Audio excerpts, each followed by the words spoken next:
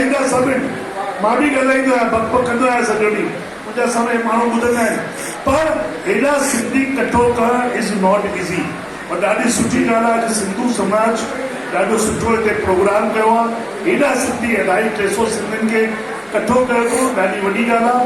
तमामु फिल्म ॾाढी सुठी आहे, तव्हां बधाई जा पात्र आहियो। गिडवानी साहब बि जंहिं डायरेक्शन ॾिनो, मुंहिंजो ॾाढो सुठो दोस्त आहे, हुनखे बि बधाई।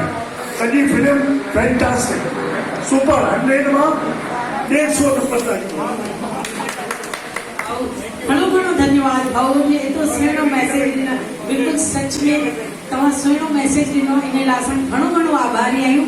ऐं इन मैसेज जे द्वारा सभिनी सिंधियुनि ताईं एतिरो सुहिणा सभु जेके अलॻि अलॻि शिक्षाऊं सभु पहुची वई हूंदियूं, वाकई में तारीफ़ क़ाबिल आहे। हिकु ज़ोरदार तारीफ़ साईं श्रीकांत भाटिया भाउजन जे लाइ, हिकु ज़ोरदार तारीफ़। धन्यवाद भाऊ।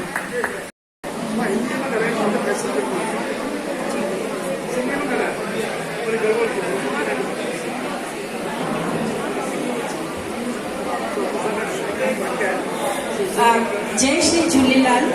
असांजे विच में श्रीकांत भाटिया भाउजन अॼु घणनि मुद्दतनि खां पोइ उन्हनि सां मुलाक़ात थी आहे, ऐं ॾाढी ख़ुशी थी कि भाऊ तव्हां असांजे विच में आया, तव्हां इन सुहिणी फिल्म खे ॾिठो ऐं पूरो टाइम वेही करे बिल्कुलु हिकु मिंट बि उथिया न भाउजन, त असां तव्हांजा धन्यवाद त चऊं पिया।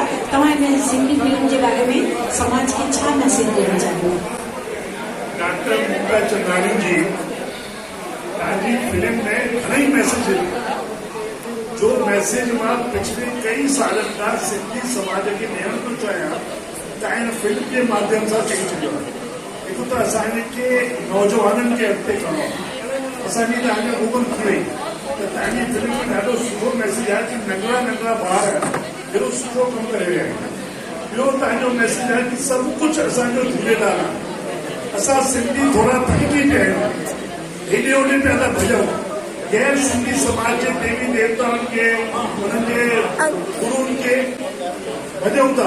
असां सभिनि खे वापसि पंहिंजे सिंधी समाज में अचणो आहे। झूलेलाल ई सभु कुझु कंदो। मां घणेई दफ़ा अपील कई आहे कि पंहिंजा जो बि शुभ कार्य कयो, झूलेलाल मंदिर में कयो। जन्म ॾींहुं मल्हायो, शादीअ जा ॾींहुं मल्हायो, ॿारनि जा संस्कार सभु झूलेलाल ते कयो। तव्हांजे